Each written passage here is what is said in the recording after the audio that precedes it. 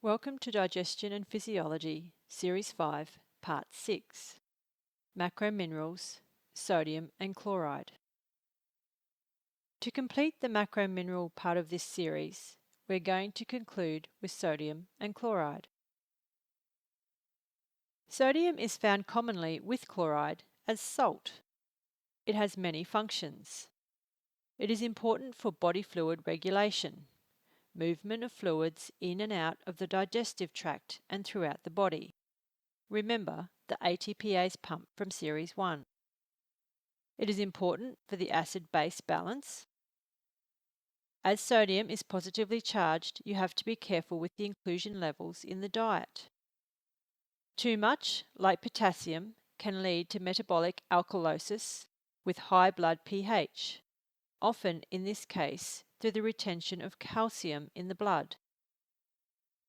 Sodium is also used as an electrical conductor for muscles and nerve activity. If you have good levels of sodium in the diet and in the body, you have good muscle and nerve activity. Not just skeletal muscle, but organs and the brain as well.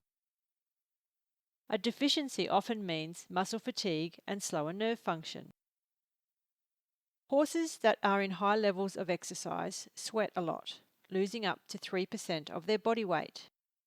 Therefore, they're going to lose a lot of sodium in the sweat. Lactating mares put a lot of sodium into the production of milk. Horses with diarrhea lose fluids and with this a lot of sodium. All these situations mean they will need more sodium in their diet than the normal horse. Most feeds are low in both sodium and chloride, so it is usually beneficial to add salt to the diet. But, like anything, more is not always better. There is a point where it is going to have a negative impact, for example, metabolic alkalosis. Chloride, which is derived from chlorine, is important for the acid-base relationship as mentioned previously. Because it is negatively charged, it will have the opposite effect in the body to sodium and potassium. Too much chloride in the diet is likely to cause metabolic acidosis, with a drop in the blood pH, resulting in early fatigue. Because chloride is usually added to the diet with sodium, they generally regulate each other fairly well. So it is how you introduce it into the diet that is important.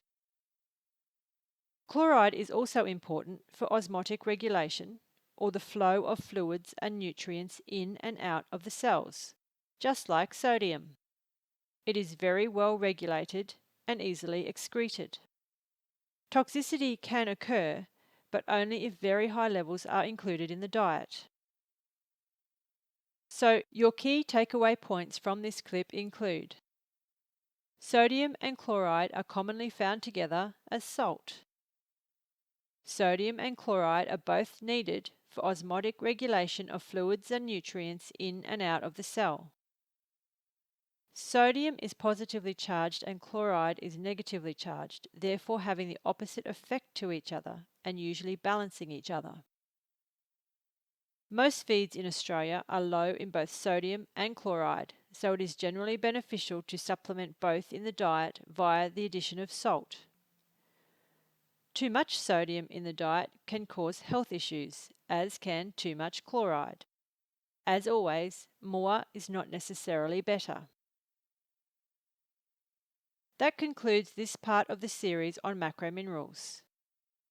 In summary, the macrominerals are those that are required in high doses on a daily basis.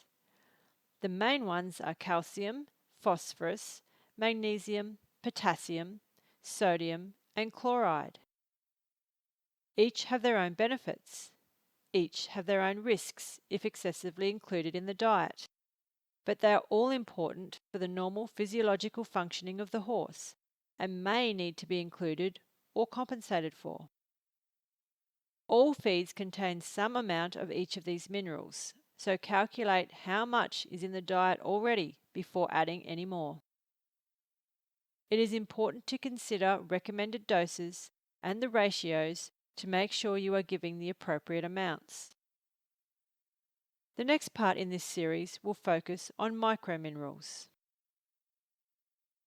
Thank you for watching Equine Digestion and Physiology, Series 5, Part 6. If you like what you saw, please give us the thumbs up and share it with your friends. Connect to our website, our EqNC Facebook page, and Instagram so as not to miss our next series.